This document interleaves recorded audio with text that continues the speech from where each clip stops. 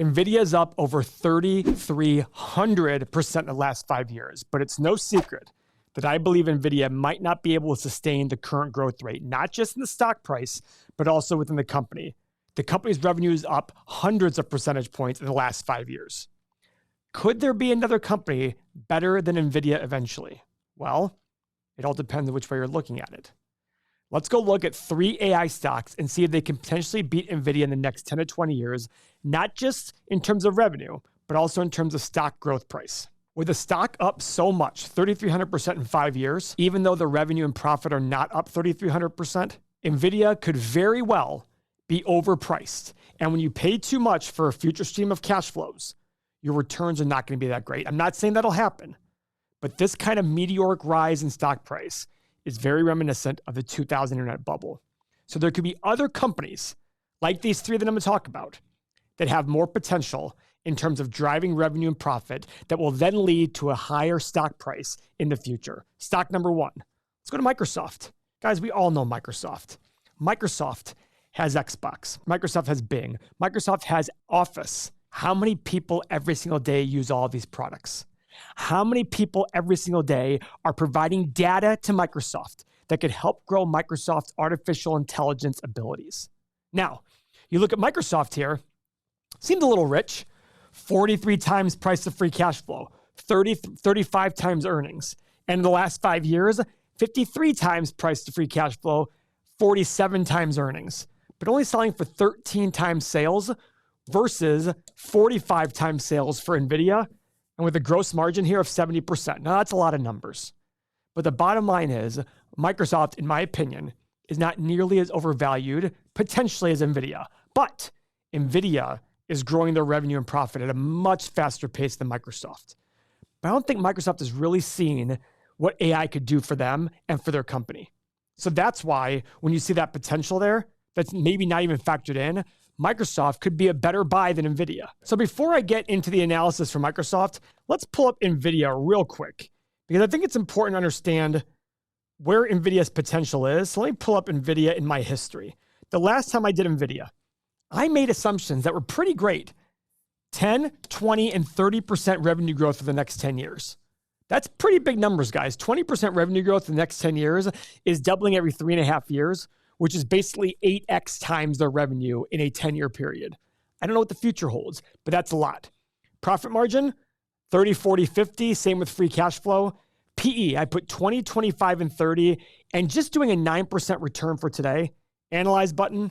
Guys, it's hard to justify today's price, $11.42. I have a low of 300, a high of 3,100, and a middle price, assuming 20% growth, of 1,030. So this price is already factoring in a lot of growth for NVIDIA, a ton of growth. Now, let's go back to Microsoft. Let's see what Microsoft's growth assumptions are.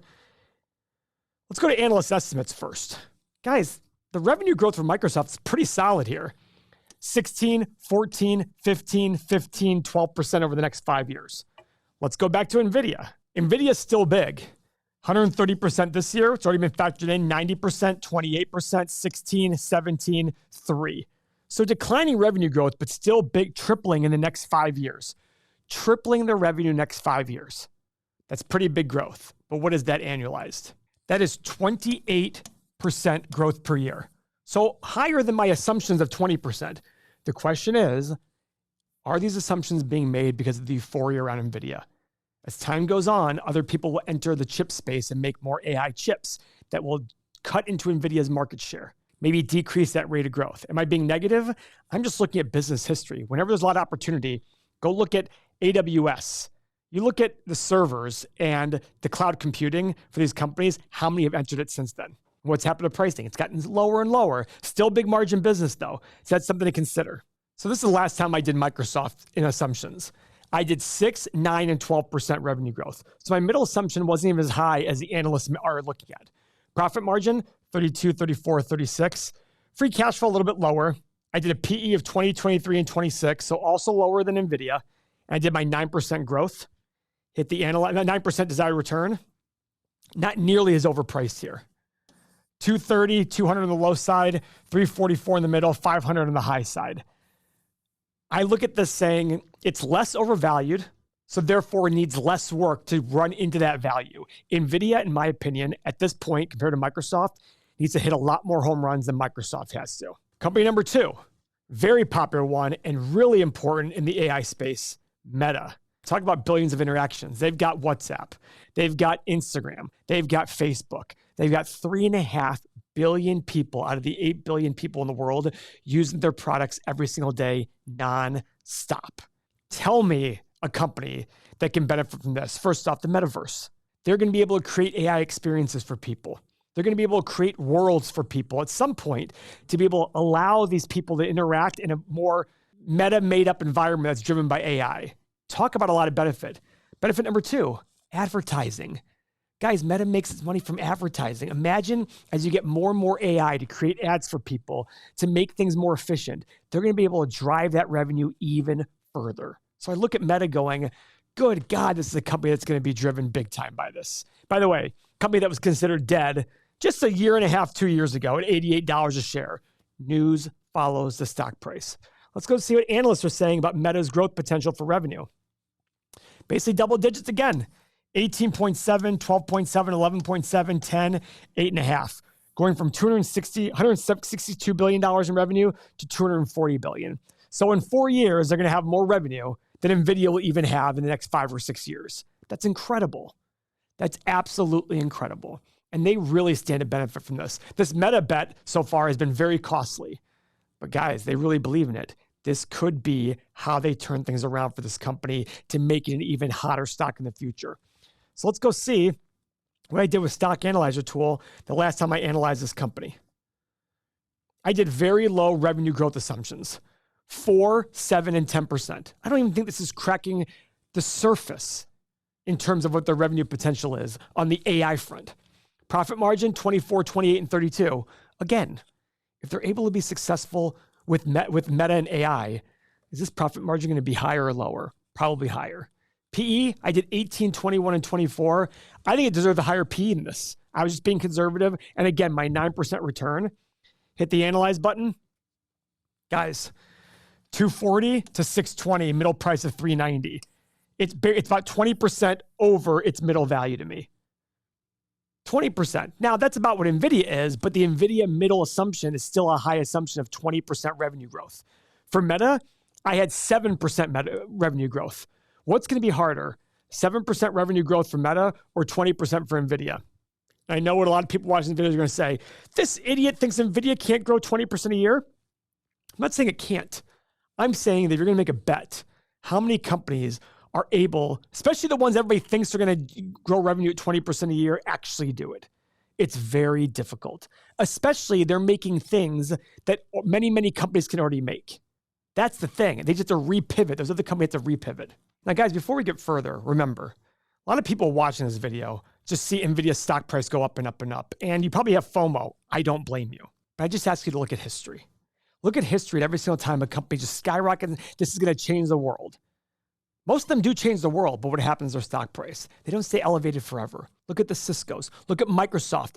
Cisco still hasn't beaten the high from back in 2000, and Cisco was the NVIDIA of 2000. Microsoft went from $52 or $55 a share down to 11 or 12, didn't see $52 or $55 a share from 2000 until 2015. Why? Because in the short run, stocks are a voting machine. In the long run, they're a weighing machine. What's going to drive a stock in the short run is the excitement, enthusiasm, or how much people hate the company. But it's not necessarily congruent with the fundamentals of the business. The fundamentals can be getting a lot better. But if people only care about and then watch the stock price keep going, the stock price can go to a level that does not justify the fundamentals. And that's what makes you a great investor, is understanding that. That's what I'm trying to teach here as part of this process. In the long run, the fundamentals of the business will drive the stock price. In the short run, you've got to be cautious. You've got to not have that FOMO as the stock's going up, and when the stock is falling, to see if it's really driven by the fundamentals or not. Because I want you to be a great investor. And being a great investor is saying no when everybody else is saying yes. The fact this company is the second or third largest market cap business and people expect it to be that way for the next 20 years, that's unrealistic.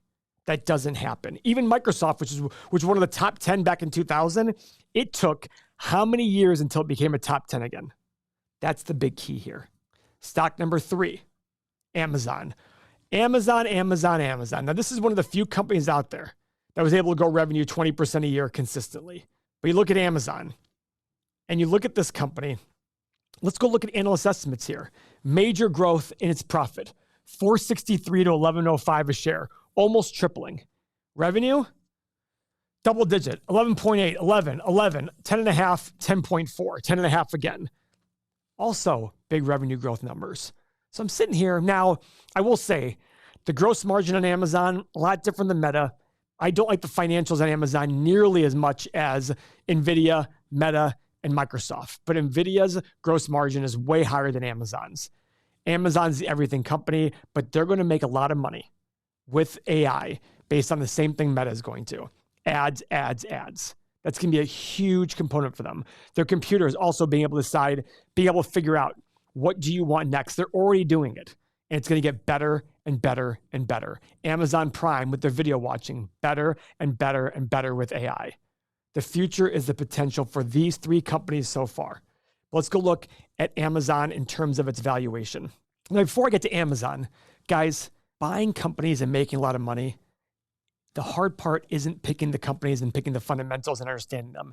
It's seeing the stocks go up and down. So if you want to get better at that, if you want to get better at the emotional side, click the link below, check out our community. Everybody here wants to be a better investor, and the community and our software can absolutely help you do that. Click the link below, check it out. I guarantee you'll walk away a better investor if you sign up.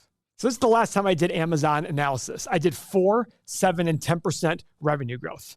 Profit margin, I did 7, 12, and 17. And guys, look at this. That's a lot higher than what they've actually done. But I'm assuming they're going to get more and more efficient and spend less and less money. PE, 20, 23, and 26, and 9% return.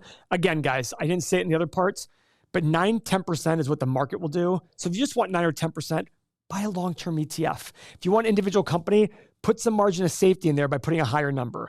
I just put this in here because everybody has their own margin of safety. Just like on this, hit the analyze button. Guys, you can see justification for today's price. Middle price of 180, low price of 76, high price of 350. This is definitely less overvalued than NVIDIA, in my opinion, unless NVIDIA hits home run after home run after home run. Is it possible to hit 3 or 4 home runs in a row in baseball? Of course. Is it likely? That's the question. Now, guys, if you love learning about AI companies, watch this next video where we talked about 5 AI stocks to look for. Thank you very much for your time.